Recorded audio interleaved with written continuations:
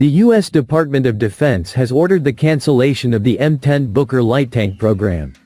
The decision comes as part of a broader overhaul outlined in a newly released Pentagon memorandum titled Army Transformation and Acquisition Reform, signed by Secretary of Defense Pete Hegseth on May 1.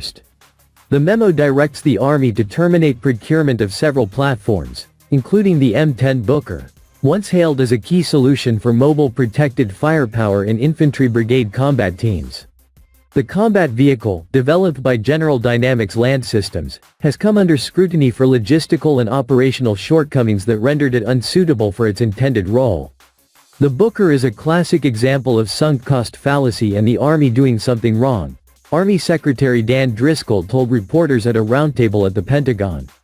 The cancellation follows reporting by Defense One, which revealed that Fort Campbell, home to the 101st Airborne Division, could not support the M10 weight. Of the post's 11 bridges, 8 were deemed structurally unfit to handle the 42-ton vehicle.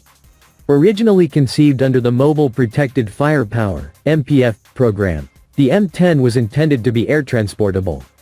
However, it can no longer meet its original airlift goals, as only one can now be carried per C-17 aircraft, matching the logistical burden of an M1A2 Abrams. This is not a story of acquisition gone awry, Alex Miller, the Army's chief technology officer, told Defense One.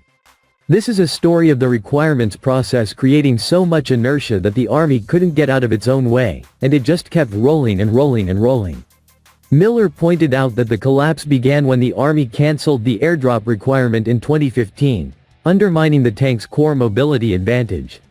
The Army had planned to field 504 M10s, with 12 prototypes and 96 low-rate production vehicles already completed or in production. The second and third production batches were scheduled for delivery in FY 2025.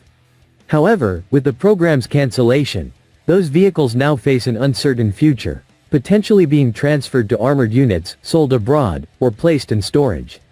The M10 program's failure highlights the risks of rapid acquisition in the absence of infrastructure compatibility and evolving mission clarity. As the Army recalibrates its vehicle portfolio, attention is likely to shift toward more flexible and infrastructure-aware solutions.